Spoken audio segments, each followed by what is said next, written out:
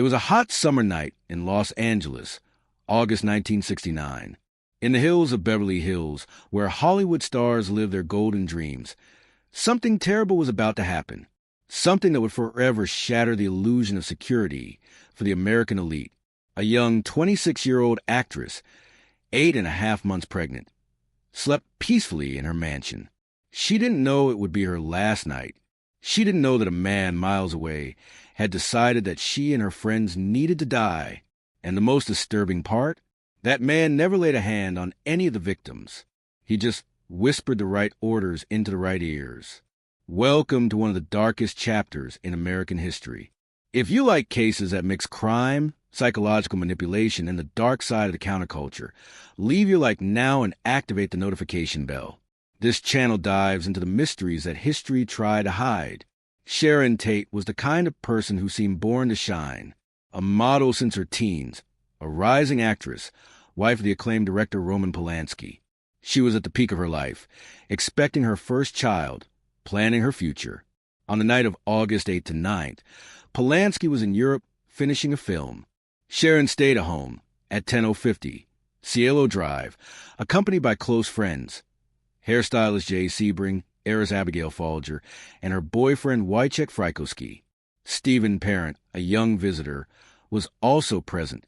5 people, 5 lives about to be erased in a brutal and senseless way. But to understand what happened that night, we need to go back a little in time. We need to talk about a short man with a penetrating gaze and a manipulative smile. A man who should never have had power over anyone, but who managed to gather around him a group of lost young people, hungry for belonging. That man was Charles Manson. Manson was born in 1934 to a teenage mother and an absent father. He spent his childhood between reform schools, prisons, and the streets. When he got out of prison in 1967, he was 32 years old and had practically no life experience outside of institutions. But there was something about him, a dangerous magnetism. He played guitar, talked about free love, peace, and revolution. And in late 1960s California, full of disillusioned hippies and young people searching for meaning, Manson found his perfect audience. He began gathering followers. Girls, mainly. Middle-class young people who had run away from home, who were seeking an alternative family, who believed in the promises of freedom and communion. Manson called them his girls. And gradually, he molded those minds. He used drugs, sleep deprivation, sex, music, and apocalyptic speeches. He said he understood the Beatles, that their music, especially the White Album, contained prophecies about an imminent racial war he called Helter Skelter. According to Manson, black people would rise up, slaughter white people, but wouldn't know how to govern.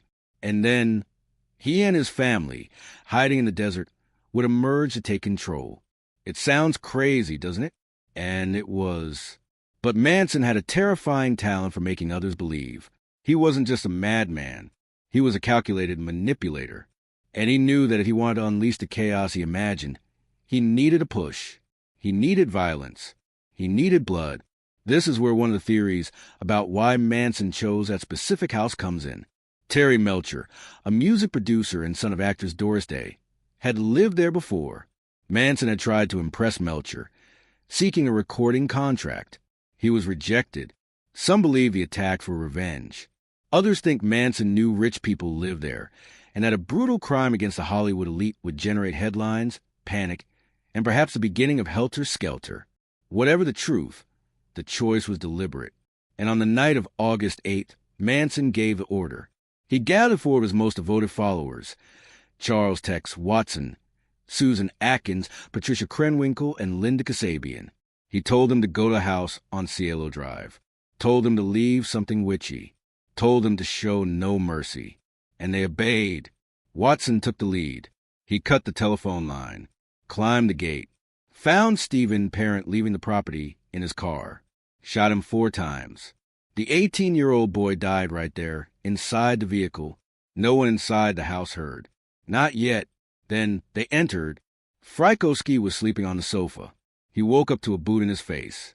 He asked who they were. Watson answered with a kick. Sharon, Abigail, and Jay tried to understand what was happening.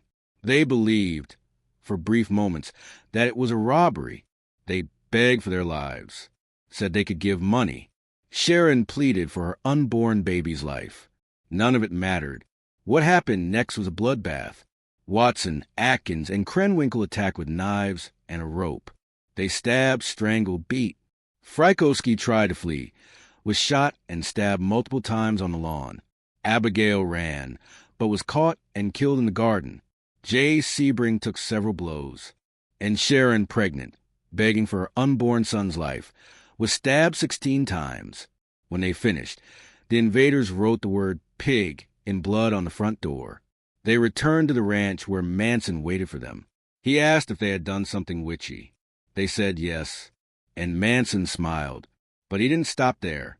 The next night, August 9th, Manson decided to participate personally. He took the same group, plus a few others, to the home of Leno and Rosemary LaBianca, a middle-aged couple. Manson entered first, tied up the couple, then left the others to finish the job. Leno and Rosemary were stabbed dozens of times. Messages were written in blood on the walls. Death to pigs. Rise. Helter Skelter. Los Angeles panicked. Who could be doing this? Why? There was no apparent connection between the victims.